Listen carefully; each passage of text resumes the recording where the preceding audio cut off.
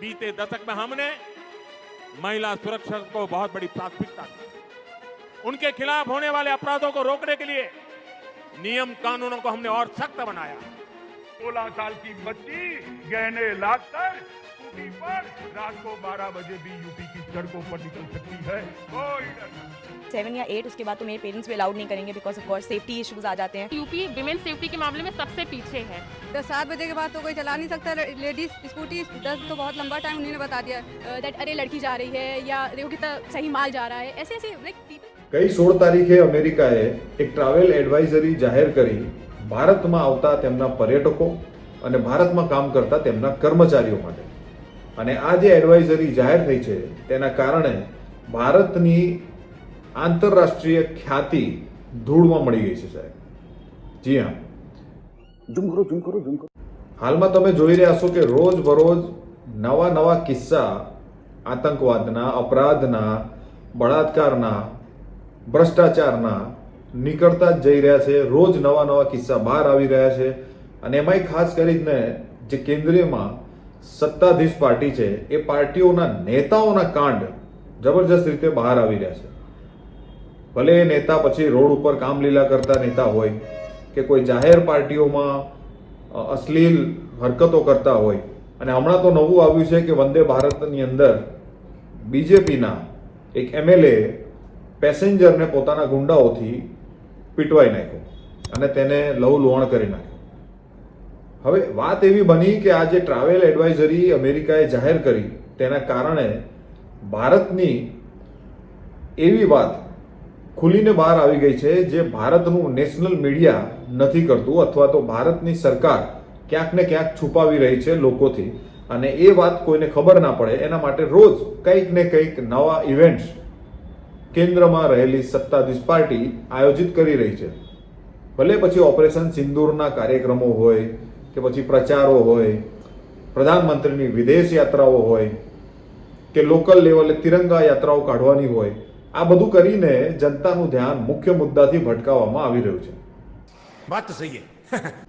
એવામાં આ અમેરિકાએ જાહેર કરેલી ટ્રાવેલ એડવાઇઝરીએ ભારતનું એક પાસું એવું ખોલીને મૂકી દીધું છે કે જેનાથી વિદેશમાં રહેતા કે ભારતમાં રહેતા દરેક ભારતીય નાગરિકનું માથું શરમથી ઝૂકી જાય. આ એડવાઇઝરીમાં એવું સાફ ને સ્પષ્ટપણે કહેવામાં આવ્યું છે કે ભારતમાં અપરાધ અને આતંકવાદ વધી રહ્યા છે, જેના કારણે ભારતમાં ટ્રાવેલ કરતા પ્રવાસીઓએ ખાસ સાવધાની રાખવી.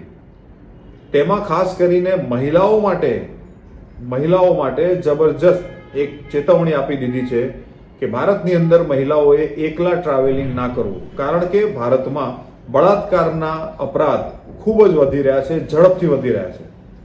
આવું સ્પષ્ટપણે તેમણે ટ્રાવેલ એડવાઇઝરીમાં એટલે કે એમની વેબસાઇટ ઉપર યુએસ એમ્બેસીની યુએસની ટ્રાવેલ ડિપાર્ટમેન્ટની જે વેબસાઇટ છે તેમાં પણ આ સ્પષ્ટપણે લખેલું છે કે ભારતમાં ખૂબ ઝડપથી બળાત્કારની સંખ્યા વધી રહી છે.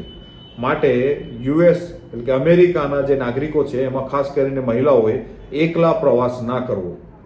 આ ખરેખર ભારત માટે બહુ જ શરમજનક બાબત છે કે આંતરરાષ્ટ્રીય લેવલ ઉપર જાહેરમાં અમેરિકા આ રીતે પોતાની વેબસાઇટ ઉપર અને એમ્બેસીમાં એક એડવાઇઝરી જાહેર કરે છે. देखा आपने लापरवाही का नतीजा है. આ બાબત પર ખરેખર અંધભક્તોએ રિએક્શન આપવું જોઈએ અને પોતાના જે લાડલા નેતાઓ છે એમને પ્રશ્ન કરવા જોઈએ કે શા માટે અમેરિકાએ પોતાના પ્રવાસીઓને અને પોતાના કર્મચારીઓને સાફ સૂચના આપી દીધી કે ભારતમાં એકલા ફરવું નહીં. ભારતમાં ગમે ત્યારે બોમ્બ ફૂટી શકે છે, ગમે ત્યારે આતંકવાદી હુમલો થઈ શકે છે, એવી વાત પણ ટ્રાવેલ એડવાઇઝરીમાં લખેલી છે.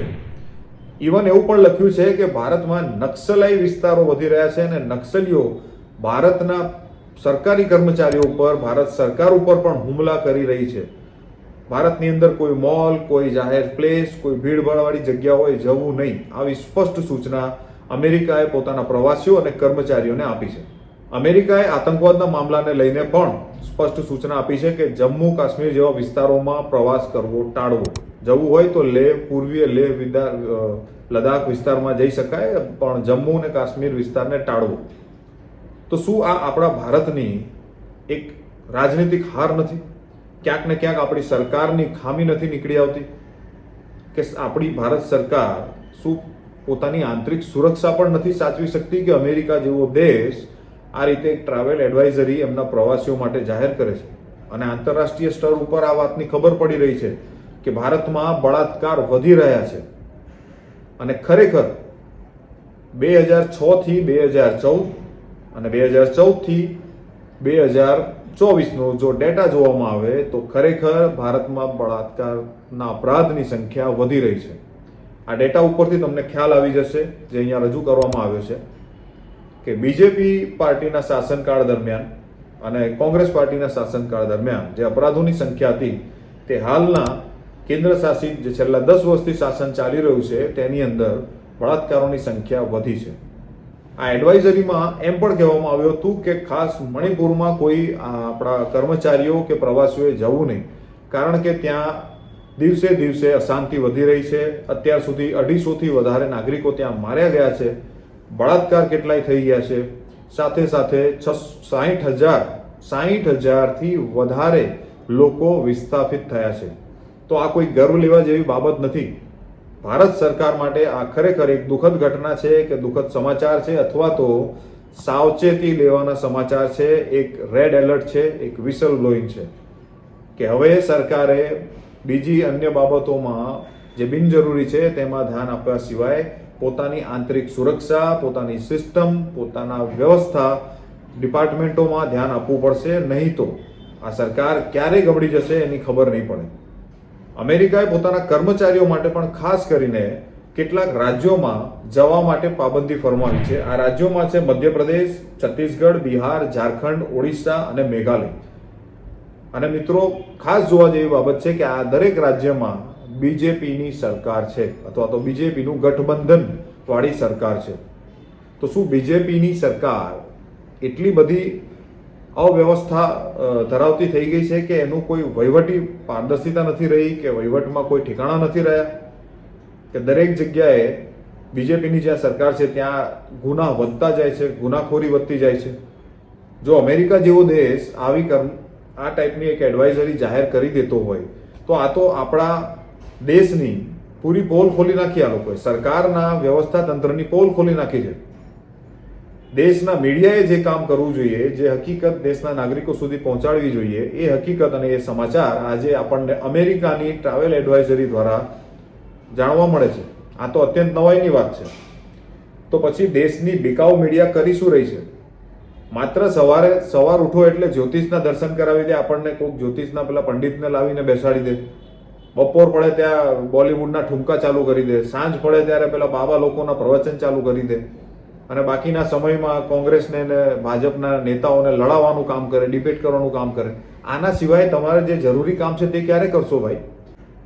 આજે એક પણ એવા સમાચાર જે જનતાના ખરેખર હિતના સમાચાર છે, કામના સમાચાર છે, કે જનતાએ જાણવું જોઈએ કે સરકાર ક્યાં ભૂલ કરી રહી છે, કે સરકારે ક્યાં ચેન્જ થવું જોઈએ, એ સમાચાર નહીં બતાવીને દુનિયાના બધા જ સમાચાર આજે આપણી મીડિયા બતાવી રહી છે.